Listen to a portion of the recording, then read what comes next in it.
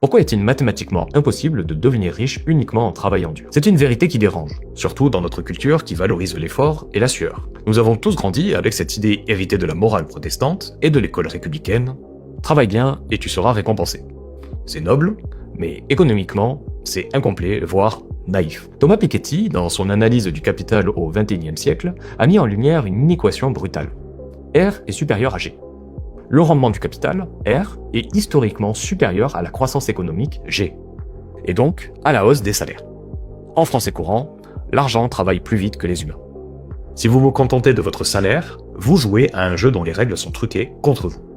Et l'inflation grignote votre pouvoir d'achat pendant que les actifs financiers, eux, surfent sur la création de richesses mondiales. S'intéresser à la bourse, ce n'est pas être un vilain spéculateur.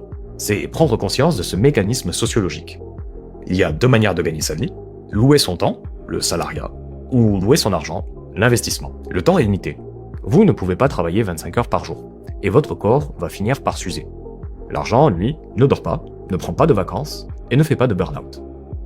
En refusant d'investir, vous choisissez volontairement de vous priver du levier le plus puissant d'émancipation sociale.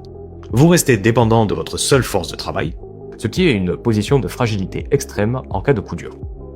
Passer du statut de travailleur à celui de capitaliste, même à petite échelle, c'est arrêter de subir le système pour commencer à l'utiliser. C'est comprendre que la vraie liberté ne s'achète pas avec des heures supplémentaires, mais avec des dividendes. Cela pose une question éthique sur notre rapport au travail.